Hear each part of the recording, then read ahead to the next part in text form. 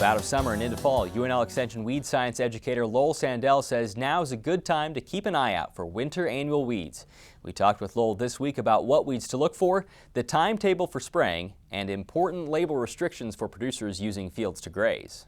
Even with the drought that we've had a few showers here this fall, and we are seeing winter annual weeds germinating out there. I've walked a few fields around the Lincoln area, and we've seen mare's tail and henbit where they were in the past. They're certainly there and growing right now. The time frame, mare's tail and henbit are the ones you're looking for. What are you looking to treat with?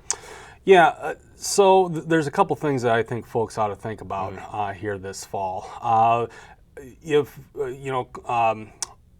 feed for livestock is kind of in short supply, and if folks are wanting to graze those stocks or bale them for feed or anything like that, they should probably keep a fall herbicide application pretty simple.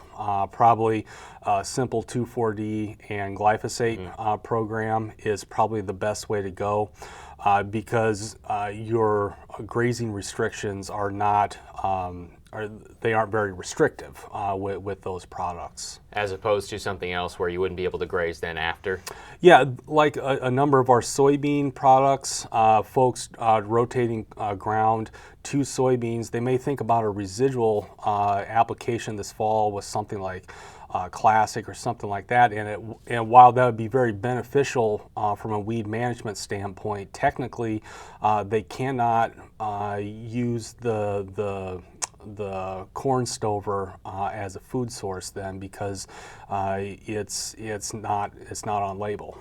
What are you looking at for the time frame here, and why is now a good time to get a jump on these weeds? Yeah, we have a graduate student that's looking at the timing of winter annual weed emergence, and his data is showing that by approximately the 1st of November, everything that's going to emerge here in the fall will have emerged. So we think targeting right around the 1st of November time frame for fall applications is a really good time to hit most of the weeds that are going to be up out there. And then if the temperatures, as long as we get a few days where we're up in the 50s and not getting below freezing very much, that's also kind of key. Right, we haven't seen that hard freeze yet, so it doesn't matter until you carry off into November 1st. Yep. What is the resistance of these weeds currently? Just taking a step back and looking at the overall resistance picture. Yeah, so mare's tail is one of the ones we're really concerned about. Folks continue to struggle with mare's tail control, and if fall applications are an excellent way to kind of get ahead of the ball game on that.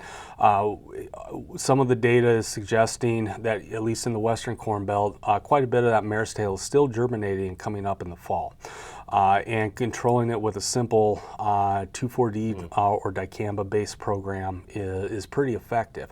That doesn't mean that they won't be completely mare's tail free come springtime out there, because some of those still can germinate in the spring, but it can sure go a long ways in getting ahead of the mare's tail out there. Overall, as you look at this season, how have farmers done in controlling weeds with resistance issues or not? How have they done to get through the year into harvest?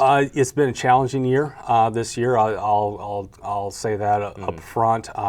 We've seen quite a bit of water hemp is of particular concern out there. It's really surprising as the soybean canopy senesces and drops off the plant, how much it reveals some of the weed escapes that there were out there. And in the winter meetings that we're going to have come January and so forth, we'll be talking a lot about getting a good herbicide program in place to address some of the escapes folks may have seen this year.